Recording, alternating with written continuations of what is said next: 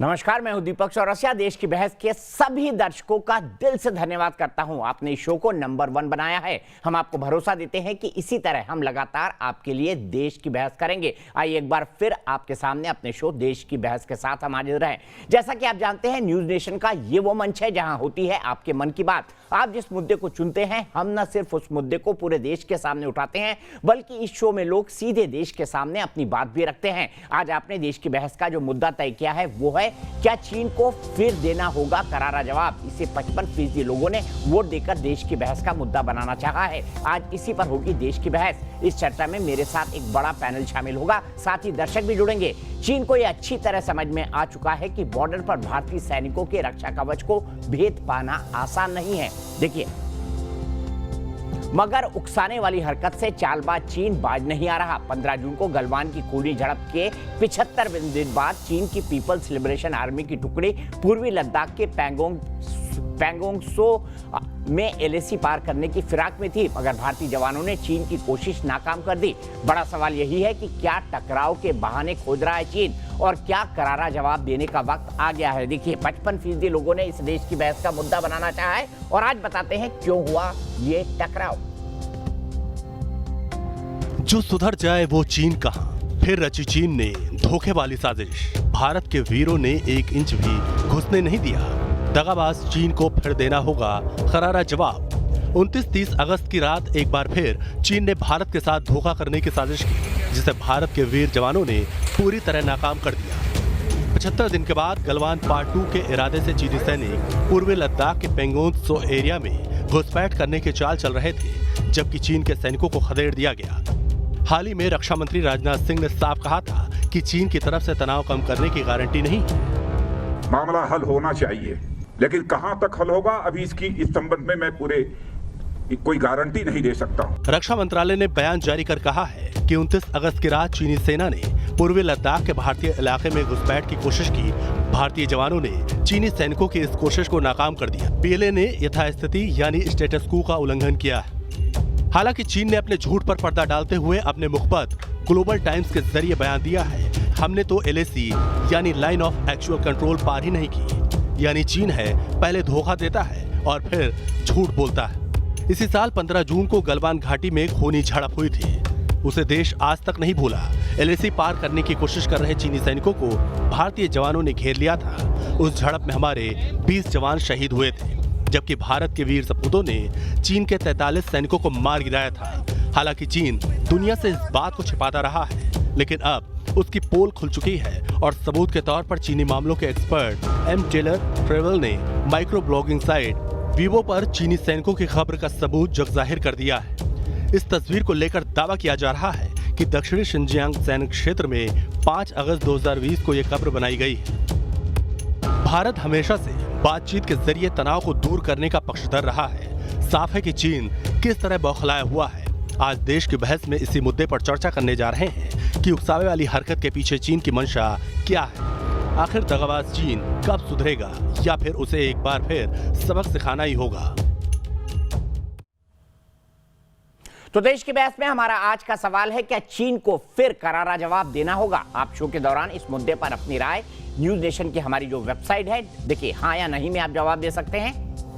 यह हमारी वेबसाइट का पता है। आप हमारे मोबाइल ऐप पर जा सकते हैं, जिसे डाउनलोड करना बेहद आसान है। हमारा ट्विटर हैंडल @NewsNationTV है। आप हमारे फेसबुक पेज पर भी जा सकते हैं। और इसके अलावा अगर शो के बारे में आपके कोई राय, कोई विचार, कोई सवाल, या आप इस पर पार्टिसिपेट करना चाहते हैं, तो आप 9711002266 पर दे सकते हैं।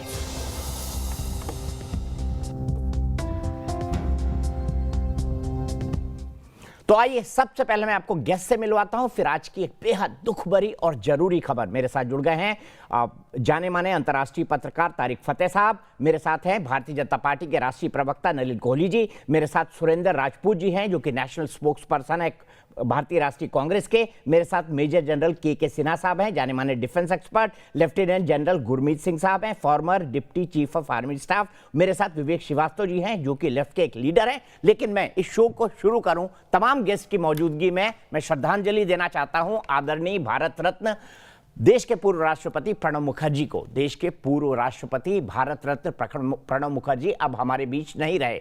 10 अगस्त से दिल्ली के आर्मी हॉस्पिटल में भर्ती प्रणब दा की तबीयत आज बिगड़ गई थी और आज शाम को उन्होंने आखिरी सांस ली।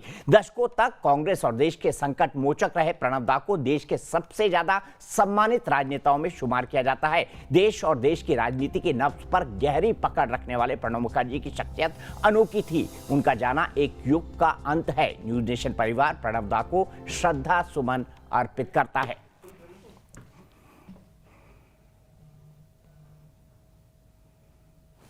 तो भारत रत्न, भारत के पूर्व राष्ट्रपति और सबके चहेते प्रणब दा नहीं रहे। उनके परिवार को हमारी तरफ से श्रद्धांजलि, और हम ये दुआ करते हैं, हम ये कामना करते हैं भगवान से कि भगवान अपने श्री चरणों में आदरणीय भारत रत्न प्रणब मुखर्जी को स्थान दे। सीधे हम बहस की शुरुआत करते हैं। सीधे सबसे पहले चलता हूं मैं लेफ्टिनेंट जनरल गुरमीत सिंह के पास। लेफ्टिनेंट जनरल साहब, चीन ने आखिरकार ये हरकत क्यों की?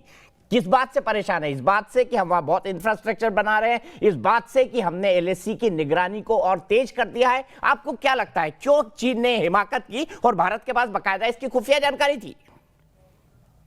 बहुत अच्छा लगा कि आपने सीधा ही और पहला क्वेश्चन पूछा है।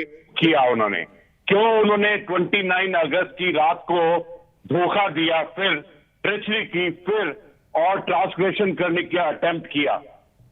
चाइना और पीएलए गलतियों पे गलती करता जा रहा है। उसकी हर हरकत के अंदर में एक अग्रेसिवनेस और प्रोवोकेटिवनेस है, ना केवल ईस्टर्न लद्दाख पे लेकिन पूरे भारत और चीन के बॉर्डर पे, ना केवल चीन और भारत के बॉर्डर पे लेकिन पूरा दुनिया में जहां जहां उसका फ्रंट है, हर एक जगह इसी प्रकार अग्रेसिव, प्रोवोकेटिव और इसी प्रकार की कर रहा है। देखिए, स्थिति जो चल रही थी वो इस प्रकार था कि तनाव था, बातचीत थी और तैयारी दोनों साइड की थी। अभी चाइना ने क्यों किया है, इसके पीछे कई कारण हो सकते हैं, लेकिन मुख्यतः ये है कि भारत की अलर्टनेस, भारत की तैयारी और भारत की जस्टिफिकेशन, ये सबसे बड़ी बात है। और दूसरी बात यह है कि जो उसकी इंटरनल स्टेबिलिटी है, जो उन्हीं के लोगों ने उनको प्रोटेस्ट करना शुरू कर दिया है, उनकी लीडरशिप को क्वेश्चन करना शुरू कर दिया है। अभी तो अगर आप उनका इंटरनेट और वाइबो वाला जो वेबसाइट देखें तो आपको पता लगता है कि अभी किस प्रकार उनके कब्र के बारे में डिटेल्स पता लगती जा रही हैं। पहले एक कब्र दिखाई दी जिसमें एक इंडिविजुअल जो सोल्जर हैं, फुजियान के हैं, उनका नाम, उनका नंबर, कौन सी तिथि थी उसके बारे में डिटेल दिया। उसके बाद में 36 वाला पता लगा और अभी पता लगते लगते 100 से ज्यादा जो कब्र हैं उनके बारे में पता लगना शुरू हो गया है। एक ट्विटर ने तो ये भी कहा है कि China has lost the war, हार गया है वो ऑलरेडी। और अभी वो स्थिति है जब उसी के लोग अभी जो बिहार रेजिमेंट जो 15 जून की रात गलवान में थे, उन्हीं को ही अप्रिशिएट करने लग गए हैं कि किस प्रकार से उन्होंने अपने देश की रक्षा की, किस प्रकार उन्होंने अपना साहस, शौर्य और पराक्रम दिखाया। अभी ये बातें वहां से आने लग गई हैं। तो इन सब बातों के कारण अभी उसके हर कदम गलतियों पे गलती की तरह चल रहे हैं। और यही गलती वो साउथ चाइना सी में, यही गलती वो ईस्ट चाइना सी में कर रहा है यूएस के साथ में। और जिस प्रकार यूएस और चाइना के बीच के अंदर में जो तनाव है और जो मिसाइल फायर करने का और जिस प्रकार की स्थिति है वो उसी प्रकार है। तो सबसे बड़ी बात तो ये है कि चीन ने जो धोखा दिया है, जो ट्रेचरी दी है, चीन के ऊपर में बिल्कुल विश्वास नहीं है। ठीक है, मैं सीधे चलता हूं सुरेंद्र राजपूत जी के पास। मैं पहले नलिन कोहली जी से पहले सुरेंद्र राजपूत जी के पास इसलिए जाना चाहता हूं क्योंकि आज भारतीय राष्ट्रीय कांग्रेस पार्टी ने फिर रणदीप सुरजेवाला जी के जरिए सवाल उठाए हैं। लगातार राहुल गांधी वीडियोस के जरिए ये कह रहे हैं कि चीन में भारत की सीमाएं सुरक्षित नहीं है। तो एक वाजिब सवाल बनता है सुरेंद्र सिंह राजपूत जी कि क्या सरकार पर कांग्रेस पार्टी को भरोसा नहीं है? क्या सरकार के साथ इस वक्त आपको नहीं खड़े होना चाहिए? दीपक भाई, मैं उम्मीद करूंगा कि आप मुझे निर्बाध रूप से बोलने देंगे और कोई जो आप समय दें मैं उतने में अपनी बात कह देता हूं। ठीक, तो मैं आपसे 3 चीजें बड़ी स्पष्ट कह रहा हूं। नंबर 1, क्या सरकार के तीनों अंग प्रधानमंत्री, गृह मंत्री और विदेश मंत्री क्या एक स्वर में है? सरकार में आपस में बातों में एका है। प्रधानमंत्री कह रहे हैं कोई आया ही नहीं, गृह मंत्री रक्षा मंत्री कह रहे हैं कि हम उनको खदेड़ देंगे, और उसके बाद विदेश मंत्री कह रहे हैं कि ऐसा एग्रेशन हमने कभी जिंदगी में देखा ही नहीं, इतना डिप्लॉयमेंट क्यों कर रहे हैं। तो आपको यह देखना पड़ेगा कहीं ना कहीं कि ये सरकार के तीनों अंग आपस में क्यों एक मत नहीं है। पूरे देश को विश्वास में लेना चाहिए, प्रतिपक्ष को विश्वास में लेना चाहिए। हम सरकार के हर कदम के साथ में हैं। हम सरकार को चाहते हैं कि सरकार अपनी बात पूरी तरीके से मजबूती से करे। सेना हमारी चाक चौबंद है, सेना ने मुंहतोड़ जवाब कल दिया है और सेना हमेशा मुंहतोड़ जवाब देती है। हमारा सिर्फ इतना आपसे सरकार से अनुरोध है कि हम अपने जो सैनिक फ्रंट पर हमारी जो बातें हो रही है वो लिमिटेड है। हमारी सामरिक फ्रंट पर क्या बात हो रही है, कूटनीतिक फ्रंट पर क्या बात हो रही है, राजनयिक फ्रंट पर हमारी क्या बात हो रही है, तो आर्थिक फ्रंट पर हम उनके साथ क्या करने जा रहे हैं। क्या प्रधानमंत्री और सरकार की जिम्मेवारी नहीं बनती कि पूरे देश को विश्वास में ले? क्या प्रधानमंत्री की यह जिम्मेवारी नहीं बनती है कि वो रक्षा मंत्री को विश्वास में ले? क्या प्रधानमंत्री की यह जिम्मेवारी नहीं बनती है कि वो विदेश मंत्री को विश्वास में ले? आज की डेट में प्रश्न सरकार से है और सरकार से प्रश्न करना दीपक चौरसिया का भी स्थायी भाव है, चूंकि वो पत्रकार है। सरकार से प्रश्न करना पत्रकार का, विपक्ष का स्थायी भाव होता है। ठीक है सुरेश जी, आपका 1 मिनट पूरा हुआ, आपने अपनी बात पूरी की। मैं सीधे इसी सवाल को लेकर नलिन कोहली जी के पास चलता हूं। नलिन कोहली जी, क्या सरकार देश को विश्वास लेने में यकीन नहीं रखती, जैसा आरोप सुरेंद्र सिंह राजपूत जी लगा रहे हैं, कांग्रेस पार्टी के प्रवक्ता, क्योंकि लगातार लोडेड वीडियोस उनकी पार्टी की तरफ से आए हैं सरकार की आलोचना करते हुए इस मसले पर। देश की और वो ये भी चाहते हैं कि आप चीन को लाल आंखें दिखाएं नरेंद्र मोदी जी प्रधानमंत्री। मैं आराम से बोलता हूं दीपक जी, देश की जनता ने कांग्रेस को, देश की जनता को कांग्रेस पर कोई भरोसा नहीं। 14-19 2 बार राहुल गांधी जी के शानदार नेतृत्व में कांग्रेस पार्टी अपने सबसे शानदार लगातार 2 चुनावों में स्थिति पे है। जनता उससे हट गए। उनको अगर वीडियो से जुड़ना है, कुछ बातों से जुड़ना है, उनका अधिकार है। हम कौन है उनको रोकने के लिए? लेकिन देश को इतना तो बताना पड़ेगा कि बीजिंग ओलंपिक में पूरी गांधी फैमिली जो है, नेहरू गांधी परिवार, राहुल गांधी जी समेत सब गए थे सरकार के खर्चे पर। किस सरकार के? भारत सरकार नहीं, चीन के सरकार के। और इस देश में एक ही राजनीतिक दल है जिसने एक एग्रीमेंट साइन किया है वहां की राजनीतिक दल के साथ, वो है कांग्रेस पार्टी। प्रश्न ये उठाते हैं, जब राहुल गांधी जी कुछ कहते तो इमरान खान जी उसका प्रयोग करते हैं। अब पाकिस्तान कब से भारत का सबसे मित्र वाला देश बना, मुझे समझ नहीं आया। सेना पर इन्होंने सर्जिकल स्ट्राइक पे प्रश्न उठाया, बालकोट पे उठाया, वायु सेना पे उठाया। तो प्रश्न उठाना इनका एक नेचर है, हम उसको नहीं, प्रकृति उनकी प्रवृत्ति को बदलने के लिए नहीं आए। मूल बात यह है कि क्या हमारी सेना को स्पष्ट रूप से अधिकार दिए गए हैं या नहीं दिए गए। सेना के पास अधिकार है, वो मुंह तोड़ जवाब दे रहे हैं, चाहे पाकिस्तान के फ्रंट पे हो या चीन के फ्रंट पे हो। दूसरी बात, इस देश के अंदर में जो सेना की आवश्यकताएं थी वो पूरी हो रही हैं या नहीं हो रही है? हो रही हैं। क्या देश की जनता को विश्वास है? आप पोल कर लीजिए, आप सीधा पोल कर लीजिए कि जो राहुल गांधी जी कहते हैं उसमें विश्वास है या जो मोदी जी कहते हैं उसमें विश्वास है। हर बार यही बात निकलती है। तो प्रधानमंत्री या प्रधान सेवक लगातार मेहनत कर रहे हैं। अब चीन के ऊपर क्या क्या किया है? सर्जिकल स्ट्राइक हुई जब 106 ऐप्स को बैन कर दिया, टिकटॉक कर दिया। अमेरिका कह रहा है कि भारत ने किया, हम भी ऐसा सोच रहे हैं। चीन के जो कॉन्ट्रैक्ट थे कैंसिल हो रहे हैं। कल न्यूज में छपा है कि चीनी सामान, क्योंकि भारत में अब लोग कम खरीद रहे हैं, दूसरे देशों के माध्यम से आ रहा है, उस बात को उठाया गया है। एसएमई को प्रोटेक्ट करने के लिए बात की गई है। तो हर चीज, हाईवे प्रोजेक्ट्स में वो भाग नहीं ले सकते। रेलवे का कॉन्ट्रैक्ट कैंसिल किया गया। तो भारत सरकार, भारत की सेना, हर लोग जो है जो देश हित में करना है कर रहे हैं। अब कांग्रेस पार्टी सिर्फ अगर प्रश्न और वीडियो बनाने में उनका नेतृत्व में उनको अगर लगता है कि यही एक जिम्मेदारी है, तो हम उसको नहीं बदलना चाहते, ना उनको कोई सलाह देना चाहते। ठीक है, मैं सुरेंद्र भाई आपके पास आऊंगा, मैं आपके पास आऊंगा इस सवाल का जवाब लेने के लिए, लेकिन मेरे साथ मुझे 30 सेकंड दे दीजिए। सुरेंद्र भाई मैं बिल्कुल आऊंगा, मेरे साथ तारिक फतेह जी भी जुड़े हुए हैं, क्योंकि इस खबर के कई सारे एंगल हैं, इसलिए मैंने एक उतना इंपॉर्टेंट नहीं है चीन के लिए जितनी कांग्रेस है। अच्छा ठीक है, बोल लीजिए। 30 सेकंड दिया मैंने आपको। जी, नलिन कोहली साहब बहुत अच्छे प्रवक्ता हैं। मैं आपसे पूछना चाह रहा हूं नलिन साहब कि आज की डेट में गांधी फैमिली फैक्टर है या देश फैक्टर है, बीजिंग ओलंपिक फैक्टर है या देश फैक्टर, और कांग्रेस ने अगर कोई गलत काम किया है तो एफआईआर करिए, जेल में बंद कर दीजिए हमें, लेकिन भगवान के लिए देश की सीमाएं सुरक्षित कीजिए। अब आपने कहा आर्थिक मुद्दों पर बैंक ऑफ चाइना को लाइसेंस आप दे रहे हैं, एमजी हेक्टर को आप दे रहे हैं, एसडीएफसी में चीन की हिस्सेदारी आप बढ़ा रहे हैं, आईसीआईसीआई में चीन की हिस्सेदारी भारत सरकार के नियंत्रण के नीचे बढ़ रही है। और 2004 से 2020 तक कितनी बार चीन में डेलीगेशन भारतीय जनता पार्टी का क्या करने गया है, पता नहीं वो कौन सा डांस करते। ठीक है, 30 सेकंड हुए। नलिन कोहली जी हाथ उठा रहे, जवाब दीजिए नलिन कोहली जी। आज आप सिर्फ देश की बात कीजिए, इस तरीके की बातों से भरमाइए मत।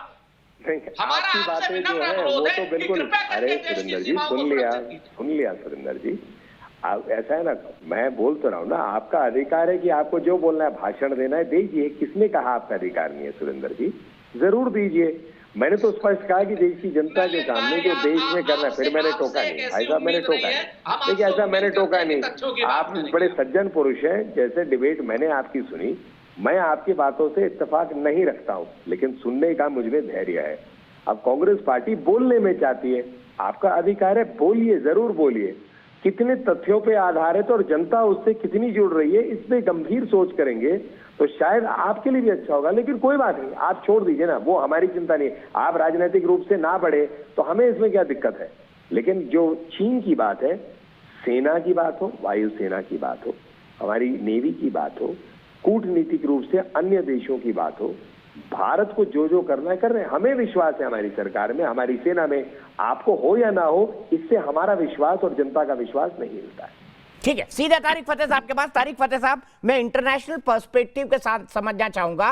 ट्रंप के चुनाव सामने हैं, चाइना को चारों तरफ से दुनिया भर के राष्ट्र घेर रहे हैं, चीन पर बड़ा गंभीर आरोप लगा है कि उसने कोरोना वायरस फैलाया है। ऐसे में अगर भारत एग्रेशन करता है तो आपके हिसाब से अंतर्राष्ट्रीय परिस्थिति क्या होगी? और इसी सवाल को लेकर मैं के सिन्हा और विवेक श्रीवास्तव जी के पास जाऊंगा। ये दुनिया भर में इस वक्त इंडिया को एक ऐसा मौका मिला है कि सिर्फ हिंदुस्तान तंग नहीं है चीन से। चाइना के जो कनेक्शन बन रहे हैं, जो उसका रूट पाकिस्तान से है, ईरान के अंदर, तुर्की के साथ, और ईस्ट के अंदर जो उसका जापान के साथ प्रॉब्लम है, ताइवान के साथ है। अगर मैं पूरा एडवाइस दे सकूं तो ये बड़ा अच्छा मौका है कि इंडिया ताइवान को रिकॉग्नाइज करे as a full nation state. आपको चाहे कोई भी हो, कांग्रेस या बीजेपी, मुझे उससे वास्ता नहीं, सीपीआई, कोई भी हो, इस वक्त इंडिया बड़े क्वाइटली ताइवान को रिकॉग्नाइज करे एज अ कंट्री। आप देखिएगा कि उसका अमल क्या होता है। सही मुंह तोड़ जवाब वो है, बगैर कुछ किए, बगैर खर्चे का आइटम। दूसरी चीज ये कि इस वक्त जो एंटी चाइनीज दुनिया में माहौल है, क्योंकि बिल्कुल जायज है, चाइना एक बिल्कुल एक्सपेंशनिस्ट नेशन, मेरे ख्याल से कॉलोनियल जो दुनिया में मूवमेंट खत्म हुई है, ये आखिरी कंट्री है जो चाहता है कि अपने हर पड़ोसी से उसकी जंग। इंडिया के पास मौका है कि वो अपनी भी, वो एक, ठीक है आपकी हिस्ट्री है कि अमन पसंद लोग हैं, ठीक है, अगर हिंदुस्तान में कंपल्सरी मिलिट्री सर्विस 6-6 महीने की हर जवान बच्चे की हो जाए तो दुनिया को ये इंप्रेशन पड़े कि ये सिर्फ अमन शांति बिजनेस के लिए नहीं है, ये अपने मुल्क को सही तरीके से डिफेंड कर सकते हैं और मार सकते हैं। ये मैसेज जाना चाहिए कि दुनिया में मैसेज ये है कि इंडियन आमतौर पे अग्रेसिव नेचर नहीं होता है, चुप करके रहते हैं आराम से। आपको चाइना को काउंटर करने के लिए डिप्लोमेटिक लेवल पे, और ये जो एडवांटेज आपको मिला है कि यूरोपियन यूनियन, नेटो और यूनाइटेड स्टेट्स, कनाडा भी, कनाडा के वो 2 किडनैप करके रखे हुए हैं चाइना ने, इंडिया में लोगों को ना पता हो, वो हमारे डिप्लोमेट्स को या बिजनेसमैन को पिछले 600 दिन से लॉकअप करके विदाउट ट्रायल, विदाउट एनीथिंग रखा हुआ है, और बड़ा टेंशन है कनाडा और चाइना में।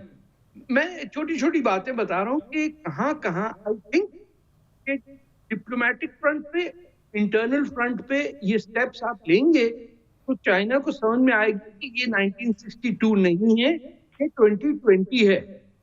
और अगर 1962 का ख्वाब है अभी, तो वो उठ के खड़ा हो जाए। प्योरली एनालिटिकल तरीके से देखें तो इंडियन आर्म फोर्सेस जो हैं उन्होंने तो दिखा दिया है कि दे कैन टैकल इट। ठीक है, प्रोपेगेंडा में और इंटरनेशनली आप कंसोलिडेट करना होगा। और मैं समझता हूँ मेरे बाकी तो साथी हैं वो ज्यादा मुझसे बेहतर समझते होंगे कि आज अगर ताइवान को आपने रिकॉग्नाइज किया कंट्री से तो घबरा जाएगा। ठीक है, सीधा चलता हूं विवेक श्रीवास्तव जी के पास। विवेक Srivastava ji, communist party of India इस जंग में चीन के साथ है या भारत के साथ? नहीं, देखिए हम तो जंग के फेवर में ही नहीं है। पहली चीज, तो आपके चाइना लाल सलाम वाले जंग क्यों करते हैं? लाल सलाम वाले दूसरे देशों में क्यों घुस जाते हैं? लाल सलाम तो हम अभी कह रहे हैं साहब। अरे दीपक चौरसिया भाई, आपको भी लाल सलाम। लाल तो मजदूरों के खून का रंग होता है, आपको भी सलाम करना चाहिए उसको। अब आप आइए, हम जो तारिक फतेह साहब ने बात करी है उस पर कुछ चर्चा करें। ये ताइवान की बात कर रहे हैं, ये कह रहे हैं चाइना एक्सपेंशनिस्ट पावर है। मैं कह रहा हूं होगा, लेकिन उससे बड़ा expansionist power United states of America है, एक कॉलोनियल पावर है। पूरे गल्फ में मुसलमान देशों को डिस्ट्रॉय करके इस्लामिक टेररिज्म को क्रिएट करने वाला यूनाइटेड स्टेट्स ऑफ अमेरिका है। Taliban was the creation of United states of America. Communist Russians को काउंटर करने के लिए ये एक बड़ा इतिहास है। ईरान को तंग कर रहा है, इराक को डिस्ट्रॉय किया। तो ये ग्लोबल सुनिए, जो ग्लोबल हम जो ये नहीं, आप मान रहे हैं ना, तो आप बताइए ना तारिक फतेह साहब, ये कैपिटलिस्ट पावर जो कभी किसी की नहीं हुई, क्या ये भारत जैसे गरीब देश की कभी हो सकती हैं? आपको लगता है डोनाल्ड ट्रंप और अमेरिका कभी हमारे होंगे? और ये ग्लोबल पॉलिटिक्स के अंदर हिंदुस्तान नरेंद्र मोदी के अंडर आज जो अमेरिका के साथ जाके दुआ सलाम कर रहा है, बल्कि दुआ कम और सलाम ज्यादा कर रहा है, इससे देश का क्या भविष्य होगा? मतलब आप चाहते हैं नरेंद्र मोदी भी लाल सलाम करने लगे? आप ये चाहते हैं विवेक श्रीवास्तव जी, नरेंद्र मोदी जी माननीय प्रधानमंत्री जी भी लाल सलाम करने लगे विवेक श्रीवास्तव को देख देख के, और शी जिनपिंग को भी कर दें? नहीं, अगर करेंगे तो बहुत अच्छी बात है। अच्छा, नरेंद्र मोदी जी ने जिस दिन लाल सलाम करना शुरू करा, देश के गरीब मजदूर और किसानों का उद्धार हो जाएगा। लेकिन अनफॉर्चुनेटली वो बिजनेस लॉबी के साथ समय ज्यादा बिताते हैं, मजदूरों किसानों की सोच नहीं है। लेकिन जनरल सिन्हा चाइना की बात करते हैं। जनरल सिन्हा आपसे जवाब लूंगा, फिर मैं पहले दर्शक की तरफ जाऊंगा। जनरल सिन्हा, अभी भी इन्होंने ये नहीं कहा कि ये चाइना के खिलाफ खड़े हैं, ये कह रहे हैं कि हमको तो अमेरिका की खिलाफत करनी चाहिए, चाइना की नहीं। इस सोच के बारे में आप क्या कहेंगे? देखिए दीपक जी, जो देश आपके एक्साई चीन का 38,000 किलोमीटर, 90,000 किलोमीटर का इलाका जो आप कहता है कि अरुणाचल प्रदेश को हड़पना चाहता है, और आपके जितने भी डिस्प्यूटेड या सेंसिटिव एरिया है वहां पर आप उस देश के साथ, मुझे यही समझ में नहीं आता, अमेरिका ने आपके 1 इंच भी जमीन ली है क्या? आपके किसी भी हिस्से को यदि उसके साथ हम खड़े होते हैं या वो आपके साथ खड़े होता है तो क्या प्रॉब्लम है? मगर आप ये नहीं कह सकते कि जिसने आपकी जमीनें हड़पी हैं, जो आपके दुश्मनों के साथ लग करके अपने पड़ोसियों के साथ जनरल साहब रिश्ते अच्छे होने चाहिए। अपने पड़ोसियों के साथ जनरल साहब रिश्ते अच्छे होने चाहिए। तिब्बत कब्जा करने पे आप क्या बात कर रहे हैं? आप चाहते हैं कि सारे नेबर से आप लड़ें? नहीं, तारिक फतेह साहब के हिसाब से पाकिस्तान से भी लड़ लो, चाइना से भी लड़ लो, नेपाल से भी लड़ लो, किसी से आप रिश्ता नहीं रखना चाहते। अच्छा विवेक श्रीवास्तव जी जवाब ले लें। जनरल सिन्हा कंक्लूड करिए, मुझे एक दर्शक के पास जाना है, दर्शक बहुत देर से इंतजार कर रहा है। जनरल सिन्हा, आप बोलने नहीं देना चाहते मुझे। दीपक जी आपने लास्ट में लाया, उसके बाद ऐसे आप बोलिए, आप बोलिए। सर यहाँ भी विस्तारवाद चल रहा है।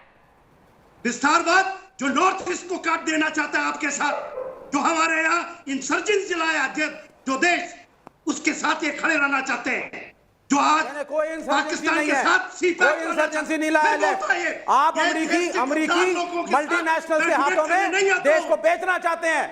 आप लोग दलाली कर रहे हैं अमेरिका और ये देश को तोड़ना चाहते हैं ये लोग कंपनियों की। हम उसके खिलाफ हैं। मल्टीनेशनल के आपने कभी आत्मनिर्भर भारत की बात नहीं करी। सिर्फ नारे लगाने से भारत आत्मनिर्भर नहीं होगा। अमेरिका के मल्टीनेशनलों की दलाली हम बंद करिए पहले। क्या बात करें हम? मुझे मंजूर है वो। बिल्कुल मंजूर। वहाँ की फॉरेन कंपनीज ला करके हिंदुस्तानी कंपनियां बंद कराते हैं आप। विवेक श्रीवास्तव जी सुनिए उनकी बात, उन्होंने आपकी बात सुनी है।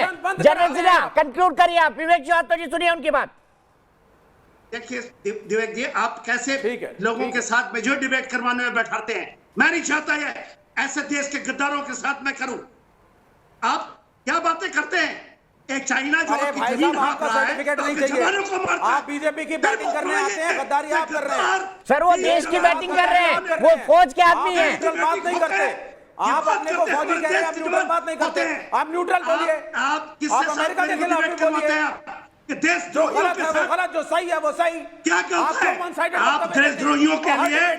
देश के जवानों की आप बन जाइए बीजेपी के प्रवक्ता। पीछे घूमते ये लोग, आप बन जाइए बीजेपी के प्रवक्ता। अंदर लाते हैं आप लोगों को, कैसे इनको जगा देते हैं आप, कैसे बैठाते हैं? ये कहते हैं नरेंद्र मोदी लाल सलाम करे शी जिनपिंग को, और आप इसको सुनते हैं?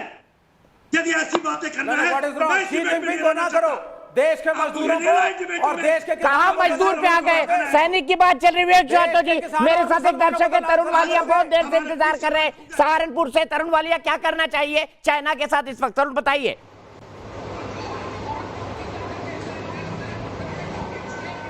नमस्कार, मैं तो यही कह देना चाहूँगा कि ये हमारी वर्तमान सरकार की नाकामी का सबूत है कि आज हमारे देश के पेंगोंग ले में चीन घुस आया। हमारे देश के रक्षा विशेषज्ञों ने, आदरणीय विपक्ष में बैठे राहुल गांधी जी ने पहले ही चेताया था कि चीन हमारे देश की सीमा में घुस रहा है। अगर डेक्सट्रॉम के समय फिंगर 4 और फिंगर 8 के समय हमने कार्रवाई की होती, चीन को जवाब दिया होता तो चीन का दुस्साहस नहीं होता ये काम करने का। हम यही कहेंगे कि हमारे देश के सैनिक सक्षम है मुंहतोड़ जवाब देने के लिए। हमारे देश का विपक्ष और देश का हर एक आम आदमी सरकार के साथ खड़ा है इस फैसले में। अब समय आ गया है चीन को मुंहतोड़ जवाब देने का। ठीक है, चीन को मुंहतोड़ जवाब देने का वक्त आ गया है। सीधे चलता हूं जनरल सिन्हा के पास। जनरल सिन्हा, एक सवाल मैं आपसे जानना चाहता हूं, अभी तक जो हमने क्या कार्रवाई की है सैन्य दृष्टि से आप उसको सही ठहराते हैं? क्योंकि ये दर्शक भी सवाल उठा रहे थे कि हमने नाकाफी कार्रवाई की है, शायद उनका परसेप्शन ये था। आप क्या कहेंगे मिलिट्री एंगल से? देखिए दीपक जी, जो 29 और 30 अगस्त की रात में हुई है उससे बढ़कर चीज नहीं हो सकती। आपको पता होता है क्या होता है प्रीएम्प्शन, प्रीएम्प्टिव स्ट्राइक क्या होता है? आप सुने, प्रीएम्प्शन किया है इंडियन आर्मी ने। स्पेंगर गुप्त का नाम जानते हैं ये लोग? स्पेंगर गुप्त का अब ये पकड़ा है और बड़ी संख्या में पकड़ा है हमने।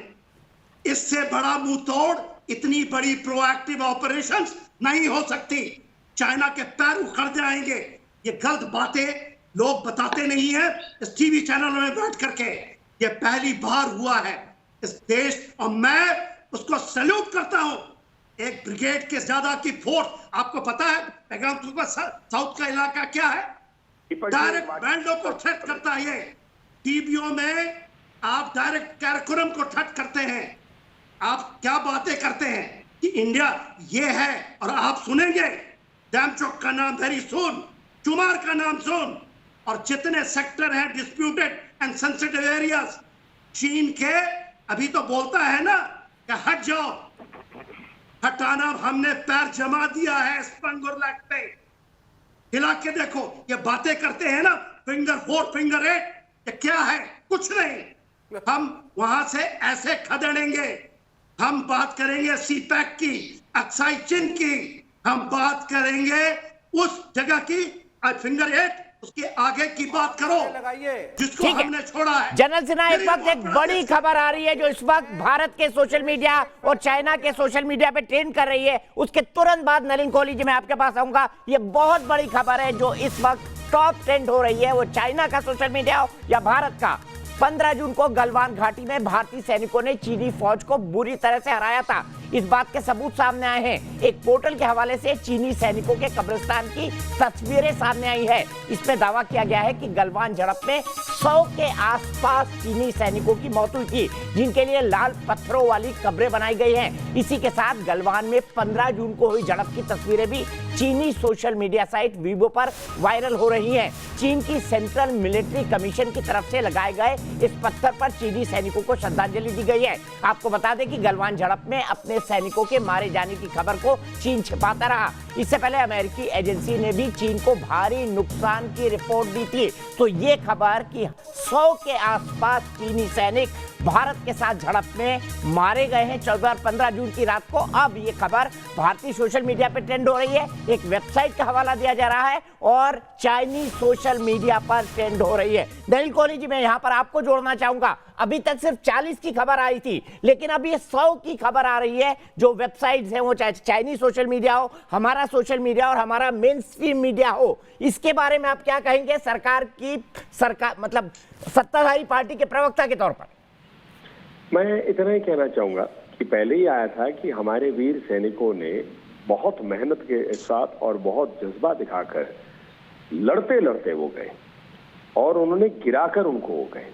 और ये जो खबर आई है बड़ी खबर है, 100 कोई छोटी संख्या नहीं होती। हमारे सीओ साहब भी मरे थे, उनके साथ कई जवान मरे, लेकिन उनको आज ये श्रद्धांजलि हम सब जब देते हैं, इस बात को अब देश के सामने, विश्व के सामने आ रहा है कि किस बहादुरी के साथ उन्होंने उसको वहां पर अपनी बात, वो इस इलाके में अपनी लड़ाई लड़ी और चीन को क्या सबक सिखाया। दूसरी बात, उनका जो खून है वो लाल है, उस लाल खून के बहने पे विवेक श्रीवास्तव और उनके वामपंथी दलों को फर्क नहीं पड़ता। वो नारे करते चीन के खिलाफ एक वाक्य नहीं बोले, बोलेंगे भी क्यों, 62 की लड़ाई में तो चीन के साथ ही खड़े थे। एक वाक्य नहीं बोला इस शो में। जनरल साहब की तौहीन जरूर की उन्होंने, सरकार पे जो कहना है कहे, लेकिन वो श्रद्धांजलि भी जो खून बहा है वो लाल है। कहीं कहा कि चीन के खिलाफ हम बोलेंगे, खबरदार जो हमारे सैनिकों का आपने खून लेने का प्रयास किया वो नहीं। हमारे सारे देशों के साथ अच्छे रिश्ते होने चाहिए, वो क्या रिश्ते निभा रहे हैं? क्या पाकिस्तान निभा रहा है भारत के साथ? क्या चीन निभा रहा है भारत के साथ? ये उनसे नहीं बोलेंगे कि वो रिश्ते नहीं निभा रहे, पर ये कहेंगे कि मोदी जी की सरकार को निभाना चाहिए। तो आप क्या चाहते हैं कि दिल्ली तक आ जाए सारे लोग और उसके बाद फिर निभाए रिश्ते? मतलब देश की सुरक्षा और हिफाजत करना न केवल सरकार का राजनीतिक दायित्व है, हमारे सैनिक दिन रात करते हैं और हम सरकार और सैनिक सबके साथ खड़े, आप खड़े हो या ना हो। ठीक है, सीधे मैं विवेक श्रीवास्तव जी के पास चलता हूं, उसके बाद सुरेंद्र राजपूत जी के पास जाऊंगा। पार्टीज की ब्रीफिंग नहीं होती है। सुरेंद्र राजपूत जी आपके पास आऊं, उससे पहले विवेक श्रीवास्तव जी एक छोटा सा कमेंट चाहता हूं आपसे। पसंद नहीं करते आपकी ऑपोजिशन पार्टीज प्रश्न उठाएं आपसे। आज आप बोल दीजिए विस्तारवादी चीन मुर्दाबाद। इंडो चाइना रिलेशंस का विवेक श्रीवास्तव जी आप बोल दीजिए विस्तारवादी चीन मुर्दाबाद। जिसने भारतीय सैनिकों का खून बहाया वो चीन मुर्दाबाद। ये नलिन कोहली जी से पूछिए पहले, ऑपोजिशन पार्टीज के प्रश्नों के उत्तर क्यों नहीं देते हैं? अगर 29-30 अगस्त को कुछ हुआ है तो ऑपोजिशन पार्टीज को बुला करके प्रॉपर ब्रीफिंग क्यों नहीं देते हैं आप? सर मेरे सवाल का जवाब दे दीजिए ना आप। मेरे सवाल का, नलिन भाई एक मिनट, ये सवाल उठाकर बचना चाहते हैं। विवेक श्रीवास्तव जी, हम पूरी बहस पे जाएंगे, आपका हर सवाल ले जाऊंगा नलिन कोहली के पास, लेकिन मैं आपसे सिर्फ इतना जानता हूं, आप कह दीजिए जिसने हमारे सैनिकों का खून बहाया वो चीन मुर्दाबाद। जी भाई, जिसने भी हमारे देश के सैनिकों का खून बहाया वो गलत है, दुख की बात है, मुर्दाबाद भी कह लीजिए, लेकिन युद्ध उसका सलूशन नहीं है। अंत में पड़ोसियों के बीच में दोस्ती होनी चाहिए, शांति होनी चाहिए, मैत्री होनी चाहिए। War is not a solution. चाहे वो हमारा खून बहाते रहे, फौजियों को बिठा लेने से देश की समस्या सॉल्व नहीं होगी। ये के सिन्हा तो तुम्हारे ऐसे गद्दारों को बैठाएंगे, गद्दारों से देश नहीं चलता। आप ऐसे गरीब जनता है, खाना नहीं है लोगों के पास, यहाँ नौकरियां नहीं है, बिजनेस चल नहीं रहे हैं। तो मुझे बताइए ना, ये वुहान वायरस आपके चाइना ने क्यों फैलाया? वुहान वायरस चाइना ने क्यों फैलाया? नेगेटिव है, अनएम्प्लॉयमेंट फैली हुई है और यहाँ बैठ करके नारा लग रहा है। क्यों हो रहा है? चीन के कारण ही हो रहा है ना विवेक श्रीवास्तव जी, जो हो रहा है चीन के कारण ही हो रहा है ना, जो हो रहा है चीन के कारण ही हो रहा है ना। बताइए मुझे, ये बोलिए ना, इस सबके लिए जिम्मेदार चीन है। बताइए मुझे, इसके लिए जिम्मेदार चीन है, बोलिए इस बात को। नारे लगाने से देश बड़ा नहीं होगा। देश बड़ा होता है काम से, हार्डवर्क से, विजन से, प्लानिंग से, जो है नहीं इस प्रधानमंत्री के पास। ठीक है, तारिक फतेह साहब आपको काउंटर करना चाहते हैं। तारिक फतेह साहब, सुरेंद्र राजपूत और इसके बाद मेरे साथ प्रेम शुक्ला जी जुड़ गए। तारिक फतेह साहब काउंटर करना चाहते हैं आपको। मैं काउंटर नहीं, मैं एक ब्रेकिंग न्यूज है जो INS की तरफ से अभी ने रिपोर्ट किया कि China has said that it's going to escalate this time because Indian soldiers crossed the LAC at the border point. चीन खुद एडमिट कर रहा है कि हिंदुस्तान के फौजियों ने LAC क्रॉस करके ये प्लीज IANS की ब्रेकिंग न्यूज निकलवाइए जो तारिक फतेह साहब दे रहे हैं। ये IANS से है, टिकू की रिपोर्टर जो है उन्होंने ब्रेकिंग न्यूज दी है। मैं ये कह रहा हूँ कि जो बात करनी चाहिए कि हमको क्या स्टेप लेना है, और मैंने नहीं सुना किसी से कि मैं जो आपको सजेस्ट कर रहा हूँ कि बगैर खर्चे का जो आइटम है वो है ताइवान को रिकॉग्नाइज करना और हांगकांग के ऊपर एक स्ट्रॉन्ग पोजीशन लेना। आपको पता है कि हांगकांग के अंदर कितनी इंडियन पॉपुलेशन है? कम से कम 10% वहाँ सिंधी पॉपुलेशन रहती है हांगकांग के अंदर। उसकी अगर रिलेशंस खराब है तो रिलेशंस को ठीक करना पड़ेगा। और वो तो करें आप। अगर रिलेशंस दो मुल्कों में खराब हैं तो रिलेशंस को ठीक करना पड़ेगा। अमेरिका और कनाडा में भी अच्छे रिलेशंस हैं। Then why can't we have relations with our neighbors? Why should we fight? मैं आपसे I'm not saying to fight. मैंने कोई चीज नहीं की फाइट की। मैं कह रहा हूँ कि चाइना के अंदर जो इस वक्त भी कम्युनिस्ट पार्टी है वो कम्युनिस्ट पार्टी नहीं है कि मार्क्सिस्ट पोजीशन से वैसी है। It has become a dictatorial capitalist society. चीन के कम्युनिस्ट पार्टी के जितने टॉप के लोग हैं वो सब बिलियनर्स हैं। उनमें से कोई वर्किंग क्लास का आदमी नहीं है। मैं ये हमारे अपने कम्युनिस्टों को समझाता रहता हूँ कि ये it has turned into communism का वो लाल सलाम, और उसके पीछे $multi billion मल्टीनेशनल कंपनी चल रही हैं। हर चीज में, चाहे बनियान से लेके बर्तन से लेके जहाज तक हर चीज। लेकिन है तो हमारा पड़ोसी। China has to think about friendship. मैं एक का जवाब it has no one second it has common borders but it is not our पड़ोस। हमारा पड़ोसी बांग्लादेश है, नेपाल है, Pakistan. Please, is the biggest adversary of India. Yes, number 2, हम सब वही मसाले, वही बात, वही सब करते हैं, इसीलिए हम एक दूसरे के पड़ोसी। ठीक है सुरेंद्र राजपूत जी, प्रेम शुक्ला जी आ गए हैं। जिस बहस को हमने जहां छोड़ा था वहां से हम आगे बढ़ते हैं। प्रेम शुक्ला जी अब आ गए हैं आपका मुकाबला करने के लिए। तो सुरेंद्र राजपूत जी, मेरा पहला सवाल है, परसेप्शन के अंदर ऐसा क्यों लगा लगातार कि राहुल जी ने, अपोजिशन का काम है सवाल उठाना, पत्रकार का भी काम है सवाल उठाना, जो उठते रहते हैं समय समय पर, मैं आपसे जानना चाहता हूं, लेकिन क्या सवाल उठाने के बाद भी सत्ताधारी पार्टी कॉर्नर हो पाई? क्योंकि 100 चीनी सैनिकों के मारे जाने की खबर भारत की काउंटर स्ट्रैटेजी को प्रूव करती है। कांग्रेस पार्टी का क्या मानना है? क्या सरकार ने ठीक कदम नहीं उठाए कि 100 चीनी सैनिक मारे गए वहां?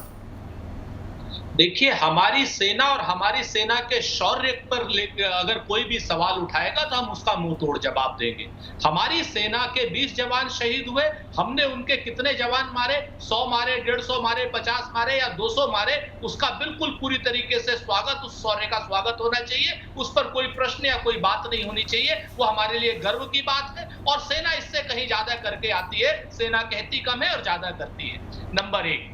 नंबर 2, यहाँ पर जो मैंने बातें आदरणीय नलिन कोहली जी के सामने उठाई थी, उनका किसी बात का जवाब नहीं दिया कि चीन को आप किस फ्रंट से, सैन्य फ्रंट से हमारे सैनिक घेर रहे हैं और सैन्य फ्रंट पर हमें कोई आपत्ति नहीं, कोई दिक्कत नहीं। हम चैन की नींद इसलिए सो रहे हैं कि हमारे सैनिक वहां पर जाग रहे हैं। उन्होंने चाहे 14-15 की जून की बात हो और चाहे 29-30 अगस्त की बात हो, तो उन्होंने सारा काम किया। अब यहाँ पर जनरल सिन्हा से एक मेरी रिक्वेस्ट है कि जनरल सिन्हा, आप भी देशभक्त हैं और इस पैनल पर बैठे हुआ हर आदमी देशभक्त है, गद्दार कोई नहीं।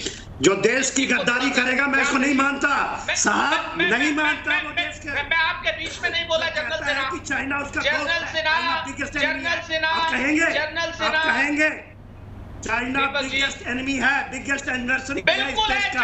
चाइना हमारा सबसे बड़ा दुश्मन है। अपने दोस्त को बताए, बोले चाइना से अपने आका को बोले। कोई नहीं है। दीपक चौरसिया जी, इनको 1 मिनट चुप करिए। चाइना हमारा सबसे बड़ा दुश्मन है, चाइना से बड़ा कोई दुश्मन नहीं है। लेकिन उसी तो फिर 18 तो आपको क्या प्रॉब्लम है मेरे से? प्रधानमंत्री से आप प्रश्न पूछेंगे? नरेंद्र मोदी जी, प्रधानमंत्री ने तो बोल दिया चाइना के बारे में कि विस्तारवाद खत्म हुआ, विस्तारवाद खत्म हुआ। विस्तारवाद खत्म होने की जो जद्दोजहद है आपने देख ली। 15-16 की। अरे मेरे भाई, आप लोग, दीपक, ये मेरे आपकी भाई, बहस का मॉड्यूल है। दीपक, ये आपकी बहस का मॉड्यूल है।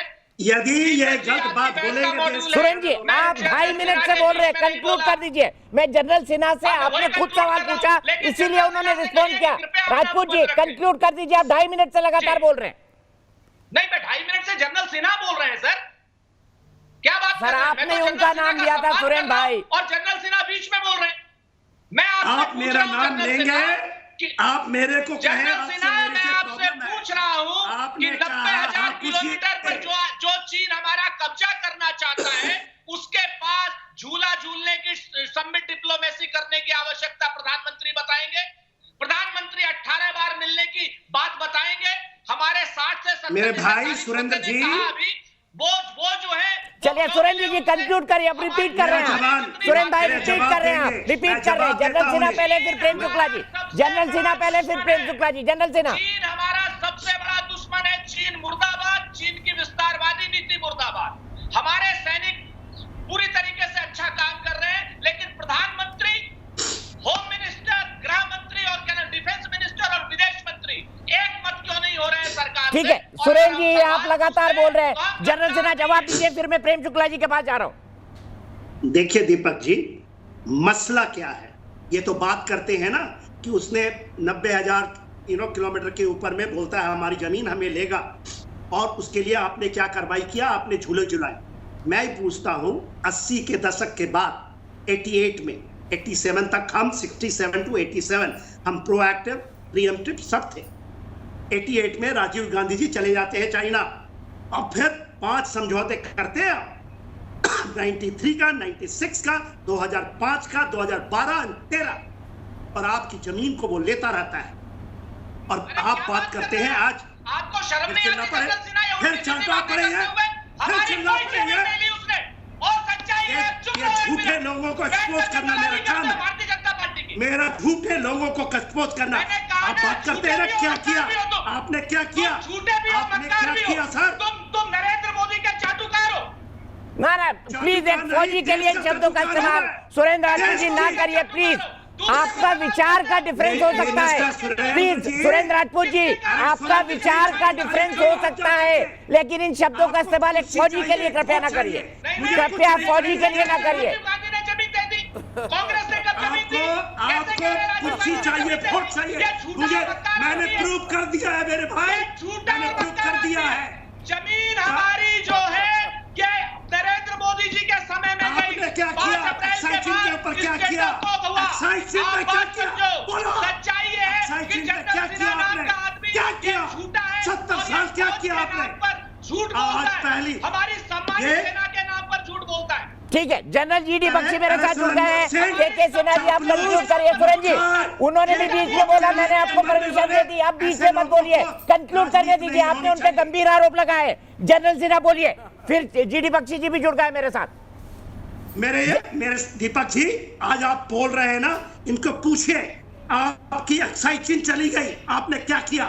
आप केवल एग्रीमेंट करते रहे, अरे कौन और आज बोलते हैं आज कौन से एग्रीमेंट की बात कर रहे हो? 88, 93, 96, 2005, 2012, 2013 उस पे बोलने में नहीं जम जा रही है जनरल सिन्हा।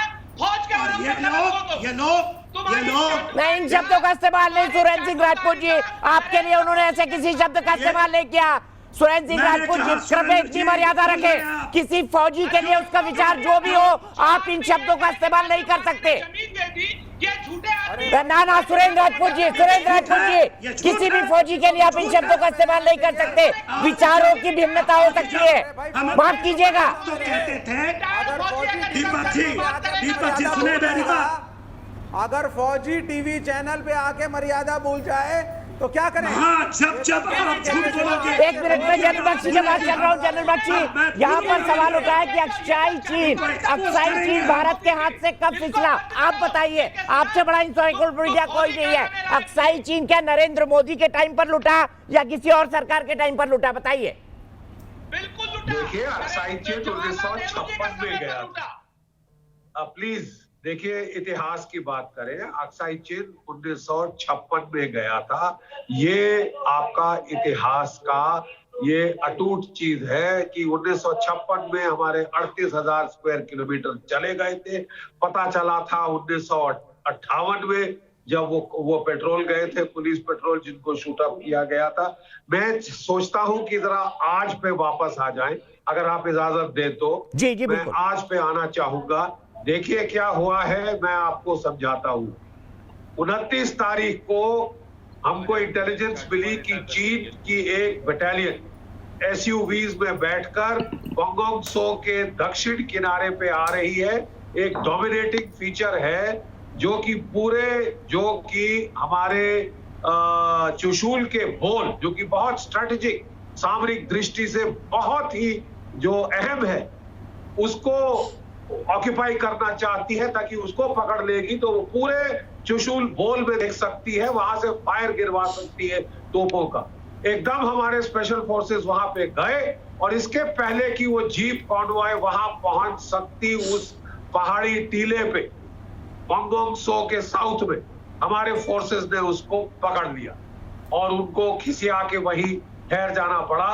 इस बार उनकी हिम्मत नहीं पड़ी मारपीट करने की, इस बार उनकी बिल्कुल जुर्रत नहीं हुई मारपीट करने की, क्योंकि जो गलवान में पिटे थे हमारे सिपाहियों से, हमारे बिहारियों से, हमारे सरदारों से और जाट से, उसके बाद उनकी हिम्मत दोबारा नहीं पड़ी और वो चुपचाप से वहीं पे सामने जाके जम गए हैं अपने इलाके में और हम उस हाइट को पकड़ लिए। तो ये तो बड़ा अच्छा एक चीज हुई है। लेकिन मेरा एक सिपाही के तौर पे ये कहना है, मैं पूरी शाबाशी देता हूं अपनी सेना के लड़कों को जिन्होंने ये मुस्तैदी दिखाई और इंग्रेस करने से रोका। लेकिन मुझे ये बहुत रंजिश है एक सिपाही के तौर पे कि हमेशा चीन क्यों फैसला करेगा कि कब, कहां और कैसे वो अगला इंट्रूजन करेगा। और क्या हम केवल ढाल की तरह, क्या हम तलवार नहीं इस्तेमाल कर सकते? क्यों हम हमेशा ढाल की तरह केवल बचाव कर रहे हैं, रक्षात्मक हो रहे हैं, रिएक्टिव हो रहे हैं? ठीक है, इसी का जवाब सरकारी पार्टी के प्रवक्ता से लेते हैं, सत्ताधारी पार्टी के प्रवक्ता से लेते हैं। प्रेम शुक्ला जी, हम रिजेक्शन क्यों देते हैं? हम क्यों नहीं क्रॉस कर सकते LAC? हम क्यों नहीं चीन को वही जवाब दे सकते जो चीन हमको देने की कोशिश करता है? और मेरे ख्याल से कांग्रेस भी इसी पर आपत्ति कर रही है। GD बख्शी जी का प्रश्न जो है बहुत उत्तम है और उसका निश्चित तौर पर हमको अपने नीति में परिवर्तन करने की आवश्यकता है। पाकिस्तान के संदर्भ में हमने नीति बदली है और वहाँ हमने जो है प्रोएक्टिवली जो है टेररिज्म के अगेंस्ट एक्शन लिया है। चीन के मामले में भी हमको इस तरह की रणनीति अपनाने की आवश्यकता है, इसमें कोई संदेह नहीं है। जब कोई फौजी कहता है तो उसका सम्मान करना, क्योंकि वो अपने दिल से कहते हैं, उसमें कोई राजनीति की बात नहीं है। लेकिन जब कांग्रेस कहती है तो निश्चित तौर पर यह प्रश्न उठता है, जिस तरह से अपशब्दों का प्रयोग जो है कर यहाँ सिन्हा सर के लिए किया गया वो अत्यंत दुर्भाग्यपूर्ण है। और कृपा करके पूरी शांति से, और मुझे लगता है रक्तचाप बिना बढ़ाए, आदरणीय राजपूत जी कृपया बताइए, क्या ये सत्य नहीं है कि 45,000 वर्ग फुट भूमि अक्साई चीन की पंडित जवाहरलाल नेहरू के कार्यकाल में चली गई? उसकी बात छोड़ दीजिए, आप कहेंगे कि तो साहब 1962 के पहले की बात है। UPA के शासनकाल सन 2008 में चुमूर इलाके में टिया पांगनाक और चापजी घाटी, जिसकी लंबाई लगभग 250 किलोमीटर है, क्या ये चीन के कब्जे में नहीं चली गई? क्या ये सच नहीं है? UPA शासनकाल में सन 2008 में चीनी सेना ने डोमजोक में जोरावर किले को नष्ट कर दिया और सन 2012 में यहाँ पर PLA का ऑब्जर्विंग पॉइंट बन गया। इसके साथ ही सीमेंट के 13 घर बनाकर वहाँ चीनी कॉलोनी बना दी गई। क्या ये सत्य नहीं है? UPA के शासनकाल में 2008-9 में भारत ने डोमजाक और डूमती के बीच डूमचेली गंवा दिया। क्या ये सत्य नहीं है? यहाँ पर सेना के 3 गुरु, आदरणीय गुरमीत सिंह जी, आदरणीय सिन्हा जी, आदरणीय बख्शी जी बैठे हैं। अगर मैं गलत बोल रहा हूँ, ये सत्य नहीं है, तो मैं माफी मांगने के लिए तैयार हूं। लेकिन ये सत्य है, क्या कांग्रेस इस अपराध के लिए, इसने कि भारत से कभी, भारत को सार्वजनिक तौर पर डॉक्टर मनमोहन सिंह ने इस तरह से अपनी भूमि गंवाने की जानकारी कब दी, क्यों नहीं दी? और ये सब होते समय आपकी चीनी कांग्रेस पार्टी, चीन की और चीन के कम्युनिस्ट पार्टी के बीच में आप समझौता कैसे कर रहे थे? जब हमारी जमीन 250 किलोमीटर अंदर आकर बैठ गया, जोरावर किले को कब्जा कर लिया, उस समय या तो आप सौदा कर रहे थे कि श्रीमती सोनिया गांधी गई और भारत की भूमि को अपने बेटे की साक्षी में बेचकर चली आई। यदि ये सत्य नहीं है तो कृपा करके बताइए कि आपने ये गलतियां क्यों की? हम तो 1 इंच भूमि भी नहीं गंवाएंगे और इस तरह बढ़ेंगे, घुस कर मारेंगे, इसमें कोई संदेह किसी को नहीं होना चाहिए। भारत अपनी संप्रभुता के लिए किसी भी सीमा तक जा सकता है। ये हमारे चीफ डिफेंस स्टाफ ने स्पष्ट शब्दों में कहा है कि हम राजनयिक विकल्प पर विश्वास रखते हैं, लेकिन आवश्यकता पड़ी तो हम सैनिक विकल्प से पीछे नहीं हटेंगे। आप बताइए कि जब जमीन गंवा रहे थे तो हु चिंताओं के लिए डॉक्टर मनमोहन सिंह एयरपोर्ट पर क्यों दौड़े चले जा रहे थे? ठीक है सुरेंद्र सिंह राजपूत जी, मैं आपसे तमाम आरोपों का जवाब लूंगा ब्रेक के बाद। क्या कांग्रेस पार्टी को माफी मांगनी चाहिए, ये सवाल प्रेम शुक्ला ने उठाया है। ब्रेक के लिए रुक रहा हूं। तो देश की बहस आज हो रही है चीन के मुद्दे पर। कल फिर से संघर्ष हुआ पैंगोंग त्सो लेक के पास और वहां पर भारत ने एक बार फिर से, हमारे भारतीय वीर सैनिकों ने करारा जवाब दिया, चीन को पीछे हटना पड़ा। लेकिन अब क्या चीन को निर्णायक जवाब देने का वक्त आ गया है? मेरे साथ पूरा पैनल है। तारिक फतेह साहब है, प्रेम शुक्ला जी है, सुरेंद्र राजपूत हैं, मेजर जनरल जीडी बख्शी साहब हैं, मेजर जनरल के सिन्हा साहब हैं, साथ ही साथ विवेक श्रीवास्तव जी है। सबसे पहले सुरेंद्र राजपूत जी, सीधे ब्रेक के पहले कई सारे उदाहरण देते हुए, जगहों के स्पेसिफिक नाम बताते हुए भारतीय जनता पार्टी के प्रवक्ता प्रेम शुक्ला ने आप पर आरोप लगाया है कि अगर इन जगहों पर घुसपैठ यूपीए या कांग्रेस के शासनकाल में हुई है तो आप इसे माने और देश के सामने ऐसा करने के लिए माफी मांगे। आपकी प्रतिक्रिया? देखिए दीपक भाई, सच बात यह है प्रेम शुक्ला जी को झूठ बोलो और जोर से झूठ बोलो। सच, अगर आज हमको एक चीज बता दीजिए, 2008 से लेकर के आदरणीय प्रेम शुक्ला जी और पूरी भारतीय जनता पार्टी कुंभकर्ण की नींद में थी। ऐसा झूठ, ऐसा असत्य बोलते हैं ये लोग कि मतलब झूठे भी, गोबेल्स भी शर्मा जाए इनसे। जिन तीनों जगहों की बात कर रहे हैं, आए गए लोग होंगे, अरुणाचल में भी आए गए हैं लोग। पहले 70 दिन तक स्टैंड ऑफ रहा है, 3 महीने तक स्टैंड ऑफ रहा है, लेकिन कहीं पर भी, और 250 किलोमीटर की बात छोड़ दीजिए, 2.5 किलोमीटर की भी बात आप कर लीजिए, ये तो 250 किलोमीटर का झूठा इल्जाम लगा रहे हैं। अगर इनके पास प्रमाण है 2008 के, तो निश्चित तौर पर भारतीय जनता पार्टी को राष्ट्र से क्षमा मांगनी होगी अपनी गद्दारी की, कि चीन के प्रति इनका क्या इतना आकर्षण था कि अरे सर, इनकी पार्टी के प्रधानमंत्री, इनको तो मत गद्दार बोलिए। मैं आपको बताऊं, इनको तो मत गद्दार बोलिए, इनकी ये पार्टी के प्रधानमंत्री है। माफी मांगने के लिए ये लोग आज के दिन का इंतजार कर रहे थे। आप ये सोचने वाले गद्दार ये लोग हैं। ठीक है, मैं सीधे प्रेम शुक्ला जी के पास चलता हूँ। प्रेम शुक्ला जी, अगर मैं सुरेंद्र राजपूत जी को कोट करूं तो आप देश के गद्दार हैं। ये झूला। अरे प्रेम शुक्ला जी, अब आपका दिमाग भी वो हो गया, आप थोड़ा सा सुन लीजिए, धैर्य रखिए। देश का गद्दार राहुल गांधी है, जो चीन के चंदे पर पलने का दुष्कर्म करता है। देश का गद्दार, देश की गद्दार सोनिया मानो है, जो देश का सौदा करके आती है। और मैं जो कह रहा हूँ वो शपथ पूर्वक सत्य कह रहा हूँ। आपकी हिम्मत हो, आपकी हिम्मत हो तो कह दो, शपथ खा के कह दो ये गलत है। सोनिया गांधी, सुरेंद्र जी आप सुनिए, आपका जवाब उन्होंने सुना, आपका जवाब उन्होंने सुना, आप सुनिए सुरेंद्र जी प्लीज। सत्य सुनने की उनमें शक्ति नहीं है। नरेंद्र मोदी जी मैं पूरे फैक्ट के साथ मुख्यमंत्री के तौर पर, अरे अभी चीख रहे हैं नरिया महाराज, अब नरियाने के अलावा कुछ शेष नहीं बचा। अब आपकी पूंछ में पैर रख दिया ना, कुछ देर तक चीखेंगे। 2020 तक इंतजार कर रही थी इनकी बात पूरी हो गई है तो मैं शुरू करूं। हाँ, जवाब दीजिए प्रेम शुक्ला जी। कोलाहल खत्म हो तो मैं आगे बात बढ़ाऊं। कि नरेंद्र मोदी जी कोलाहल खत्म हो तो बात आगे 2020 तक क्या कर रहे थे? कोलाहल खत्म हो, देशद्रोहियों कोलाहल बंद करो, 2008 से भारत द्रोहियों कोलाहल बंद करो, भारत से गद्दारी करने वाले कोलाहल बंद करो, चीन से चंदे पर जीने वालों कोलाहल बंद करो। क्या करो? क्यों चिल्ला रहा है भाई कांग्रेसी? कांग्रेसी के मुंह से पैर रख दिया, मुंह खुल गया, मुंह खुल गया आपका। निकल आया में पड़ी हुई। अरे झूठ तो आप अभी सिन्हा साहब को कह रहे थे ना, भाजपा का। सुरेंद्र जी उनकी बात तो सुन लीजिए, आपने उनके लिए गद्दार शब्द का इस्तेमाल किया, बात तो सुन लीजिए। ऑडियो कम करें। एक मिनट प्रेम शुक्ला जी, आप डाउन करेंगे। अब आप मुझे बताइए ना, आप डाउन करेंगे। नरेंद्र मोदी 2008 से 2020 तक क्या कर रहे थे? इनका रक्तचाप जो शूट हो गया है। अरे भाई मैं नहीं चाहता कि भी आप कुछ देर बाद अब बीमार पड़ जाए। आराम से भैया, आराम से, शांति से दूसरों को सुनने का साहस रखें। मैं तो बहुत प्रसन्नता से बोल रहा हूँ, मैं कोई उत्तेजित नहीं हो रहा हूँ, क्योंकि मैं सत्य बोल रहा हूँ। सत्य को उत्तेजना की आवश्यकता नहीं है। और वो झूठ तो दिख रहा उत्तेजना है। पर भी जीवित नहीं रह सकती। वही तो मैं कह रहा हूँ। मैं शुरू उत्तेजना करूं? तो आपने जब हमने मैं जवाब देना शुरू शुरू करूं? किया तो आप उत्तेजितों दीपक के जी, बीच मैं में शुरू बोलने लगे। करूं? सुरेंद्र जी सुन तो लीजिए हम उनको, प्लीज सुन लीजिए।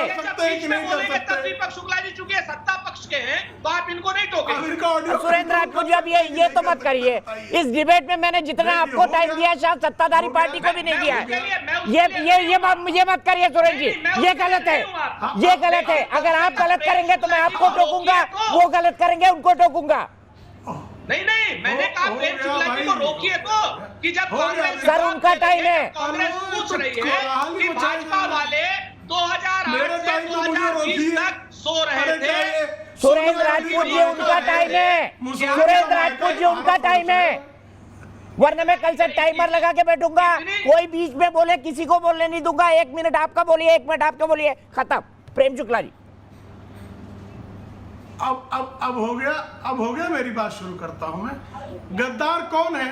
गद्दार वो है जिसने 45,000 वर्ग किलोमीटर की भूमि चीन को तोहफे में दे दी। तो इस आधार पर गद्दार कौन हुआ? क्या मैं उस गद्दार का नाम लूं? नहीं लेना चाहता मैं। गद्दार कौन हुआ? जो चुमूर इलाके में, फिर से मैं कह रहा हूं, चुमूर इलाके में टिया पांगनाक और चाबजी घाटी में 250 किलोमीटर लंबाई की भूमि जिसने जो है चीन के जबड़े में डाल दी। कौन गद्दार है? गद्दार वो है जिसने डेमजोग में जोरावर किले को नष्ट होते हुए शांति से विवेक शुक्ला, विवेक जोहातो जी, बेगानी शादी में अब्दुल्ला दीवाना मत बनिए। कांग्रेस वर्सेस बीजेपी चल रहा है अभी। उसने जो है फिर उसने, अब देखिए अब ये कांग्रेस के जो है चीयरलीडर्स बोलने लगे। शांत हो जाइए, शांत हो जाइए। आपको भी खर्चा पानी मिलेगा चीन की तरफ से, जानते हैं अंग्रेजों के चीन के खर्च पे आप भी जीते हैं। आपने मुझे बोला पता है आपको अंग्रेज हमारे आका है। दीपक जी ये क्या तरीका है? अच्छा 1 मिनट, विवेक श्रीवास्तव का ऑडियो नहीं जाएगा, मैंने सवाल नहीं पूछा। 30 सेकंड मेरे पास वक्त बहुत कम है। मेरे को जनरल जीडी बख्शी और केके सिन्हा जी का भी एक कमेंट लेना है। प्रेम शुक्ला जी कंक्लूड करिए। सिर्फ प्रेम शुक्ला जी का ऑडियो, फिर 1 मिनट के लिए सुरेंद्र सिंह राजपूत जी का ऑडियो। बस लीडर चीन को चिल्लाना। भाई इस देश की भूमि को चीन के जबड़े में डालकर चीन के चंदे पर पलने वालों को गद्दार कहा जाएगा, या चीन के हलाक में घुसकर अपनी भूमि को अपने कब्जे में लेने का शुभ संकल्प लेने वालों को कहा जाएगा? जिसके कार्यकाल में उन्होंने यहां कोशिश की गलवान में घुसकर हमारे सैनिकों ने, हमारे सिख रेजिमेंट के लोगों ने, बिहार रेजिमेंट के शौर्यशाली बहादुरों ने घुसकर चीनियों को मारा। और आप चीन की आरती उतारते हैं। आप जब डोकलाम में हमारे सैनिक भिड़े हुए होते हैं चोरी चोरी चुपके चुपके। ठीक है प्रेम शुक्ला जी, अब आप रिपीट कर रहे हैं। 30 सेकंड सुरेंद्र सिंह राजपूत जी, सिर्फ आपका ऑडियो जा रहा है। 30 सेकंड भैया, टाइमर लगा देना, कंक्लूड करिए। मैंने इनको भी 30 सेकंड दिए जी। अब आप ऐसा है, चीन गद्दार वो है प्रेम शुक्ला जी जो चीन के साथ झूला झूलते हैं। गद्दार वो है जो 2008 से अब तक सो रहे हैं अगर हमारी जमीन पे कब्जा हुआ है। गद्दार वो है जो अंग्रेजों की चाटुकारिता और अंग्रेजों का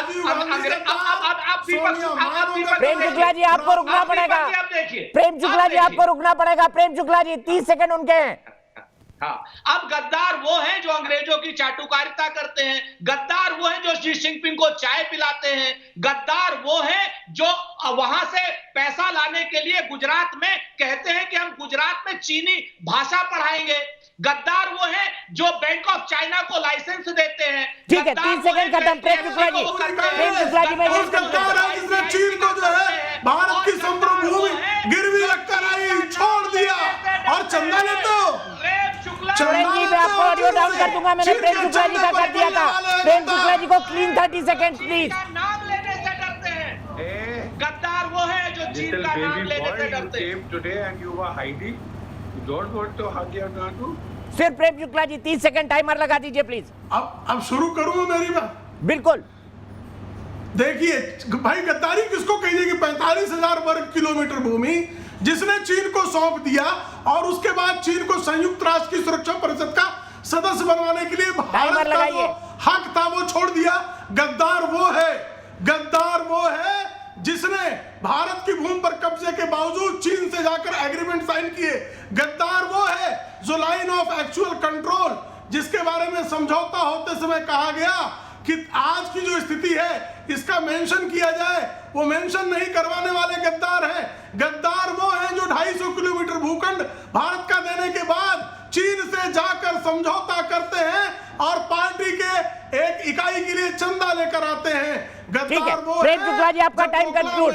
बहुत बोल लिया हमने एक दूसरे को गद्दार। मुझे लगता है नेशनल टेलीविजन में देश की सबसे बड़ी और सबसे पुरानी पार्टी ना तो गद्दार है और ना ही सत्ताधारी पार्टी गद्दार है। मैं सीधे जनरल जीडी बख्शी के पास चलूंगा। जनरल जीडी बख्शी, उसके बाद के सिन्हा और तारिक फतेह साहब कंक्लूड करूंगा। जीडी बख्शी साहब, क्या होना चाहिए ऐसे में? 100% लोग बोल रहे हैं कि चीन को जवाब दिया जाना चाहिए। बिल्कुल, और बूथ तोड़ जवाब दिया जाना चाहिए। और उसके लिए बड़ी जरूरत होगी साहब कि ये लोग एक दूसरे से लड़ने के बजाय जितना जोर इसमें लगा रहे हैं उससे ये आधा भी जोर लगाएं चीन की तरफ, तो चीन की ऐसी तैसी हो जाएगी। देखिए साहब, ये हमारे आत्मसम्मान का सवाल है एज अ मुल्क। कब तक आप चीन की सहते रहेंगे? हमने चीन से कहा कि साहब बॉर्डर विवाद का बातचीत से सुलझा लीजिए, उन्होंने साफ मना कर दिया है। मैप्स भी एक्सचेंज करने से मना कर दिए हैं कि एलएसी क्या यहाँ पे है। अब मुंह तोड़ जवाब देने का समय आ गया है। ठीक है, 30 सेकंड जनरल सिन्हा के लिए। General Sinha 30 second. तलवार का इस्तेमाल। जी देखिए दीपक जी, मैं पॉजिटिव नोट पे खत्म करना चाहता हूं। ये जो हुआ है कार्रवाई 29 और 30 अगस्त को, ये मुंह तोड़ जवाब का पहला हिस्सा है। ये प्रीएम्प्टिव है। प्रीएम्प्शन कोई रिएक्टिव नहीं होता। आप प्रीएम्प्ट किए हैं।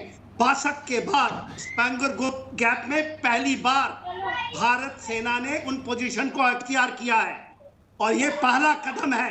आने वाले समय में आप देखेंगे हम इसी तरह की कार्रवाइयां। ठीक है, आप नैरेटिव में न जाएं कि वो चाइना क्या कर रहा था।